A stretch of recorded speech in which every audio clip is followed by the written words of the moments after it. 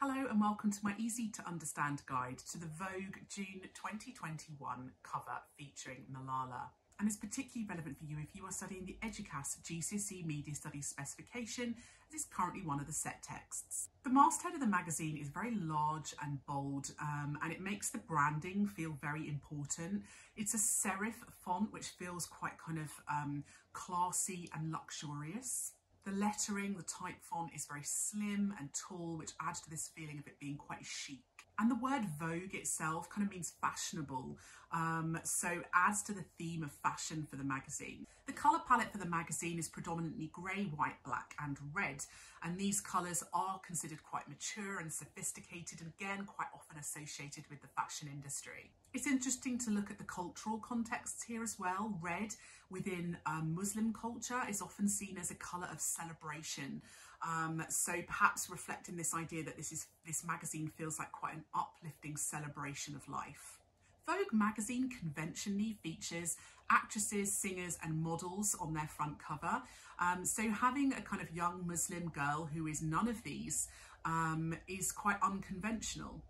The choice of her on the front cover may suggest they're trying to represent their brand as being more kind of woke, open-minded, educational and political. The caption, survivor, activist, legend, the kind of use of those three words, it adds emphasis for an audience, and it makes her seem super important and powerful and as though she's a role model for audiences. She's got some subtle jewellery on, which again makes her seem kind of fashionable and elegant, but not over the top. They use her first name only on the front cover, and often when people are referred to only by their first names, it implies they're so famous they don't need a last name, they should be recognisable without it. With it being the main cover line as well, and in white, it suggests that she's very important. It stands out amongst all the rest of the cover. In italics, it says the extraordinary life of, and that makes her feel as though she has some kind of celebrity status, that she's very important and that she has done something incredible. The magazine has quite a symmetrical layout, which is quite common. They use the rule of thirds vertically to kind of draw our eye to things. And there's also that Z line across the magazine, which helps kind of draw our eye as an audience across that cover. She's wearing a headscarf called a dupatta. I apologise if I've not pronounced that correctly. But seeing something like this on a magazine front cover, and certainly on Vogue or any fashion magazine front cover, is very unusual. They very rarely feature any kind of religious imagery on their front covers. It kind of reflects the fact that her religion and her culture is important to her, and it adds some diversity which may appeal to a lot of audiences. Of course, Muslims are often traditionally underrepresented in the media, so this kind of adds that layer of representation they don't often get, and that may appeal to some audiences. Of course, headscarves have always been quite symbolic, not just of religion, but for some people also of oppression. In some countries, in some cultures, and to some people, headscarves have often associated with the way that women are controlled, and often controlled by men in positions of power. Malala herself has always talked about her headscarf and her religion in quite a positive way, and she's talked about how you can have rights at the same time as embracing your culture and religion. So for her to be wearing her headscarf, some audiences may react to it in a negative way, seeing the headscarf as a symbol of oppression. But Malala's intention is to talk about it in a way that is about choice. The fact that she's wearing lipstick and nail varnish, etc., again, might seem unconventional to some people who often think about people from Muslim cultures as not embracing those more traditional kind of like Western beauty standards. But maybe it reflects her new life within Britain. She's now moved to Britain because she had to flee from the Taliban, who tried to kill her. So perhaps these kind of elements of lipstick and makeup kind of reflect her diversity of her identity. Her direct eye contact with the audience and her smile help to draw people in. It's engaging and it makes her feel confident and relatable. Some may see her hand positioning as quite feminine and quite modest, protecting her face. The word survivor makes her feel quite powerful as well. Women are often associated with being victims, so some may feel the word survivor makes it clear that she was victimised in the past, and of course that's quite a traditional representation of women.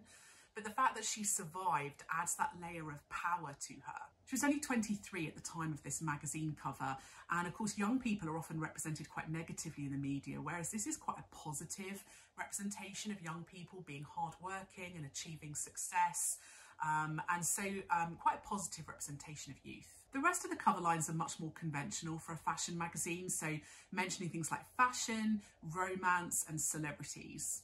With most magazines, companies like to kind of brand themselves as being the authority on topics. The idea is that we have to read the magazine because the magazine is going to teach us things. And this is no different. Vogue magazine is telling us how to get back in the dating game, what's in fashion, what to buy, what beauty products are the best.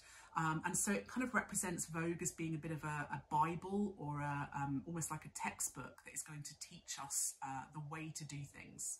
The use of alliteration with the cover line "Love After Lockdown."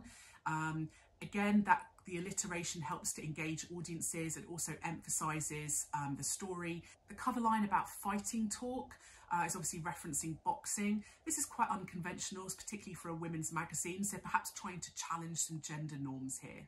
And this perhaps broadens its appeal to other audiences. As well as Malala, they also mentioned some other people on the front cover. So, for example, Jordan Dunn. Jordan Dunn is a British black model, and they mention Anthony Joshua too, who is a British black boxer and an Olympian. And so mentioning a variety of people from traditionally ethnic minority backgrounds, it's kind of adding more diversity to this magazine and making it feel as though they are celebrating race and ethnicity at a time when traditionally these groups are underrepresented, particularly within the magazine industry. Jordan Dunn is quite famous for breaking a lot of boundaries of race and ethnicity within things like the fashion industry. She's won a lot of awards. And Anthony Joshua has pushed boundaries and diversity in terms of success in sport. So again, kind of showing the types of people they're choosing to put on their front cover is showing ethnicity in a very positive, successful way. Perhaps some of these choices reflect the fact that the editor of Vogue magazine at the time was Edward Enninful. Edward Enninful was the first man and the first black person to edit Vogue magazine. And this had an impact on the way they chose to represent ethnicity. He made very deliberate choices that he wanted to increase the diversity within the magazine, including on the front covers. The magazine also reflects some political and historical context in terms of the Afghanistan war. It was published at a time when British and US troops were preparing to leave Afghanistan. They were there originally to protect citizens in Afghanistan from Al-Qaeda and the Taliban. You know, reflecting some of this on the front cover, reflecting the use of a Muslim on the front cover and somebody who'd been the victim of the Taliban. It makes sense historically at the time why they were choosing to use that cover star at that time. So that was my easy to understand guide to the Vogue front cover. Don't forget to subscribe to my channel for other videos that might be relevant for you. And if you would like a video that I don't already have, leave a little comment below and I'll see what I can do.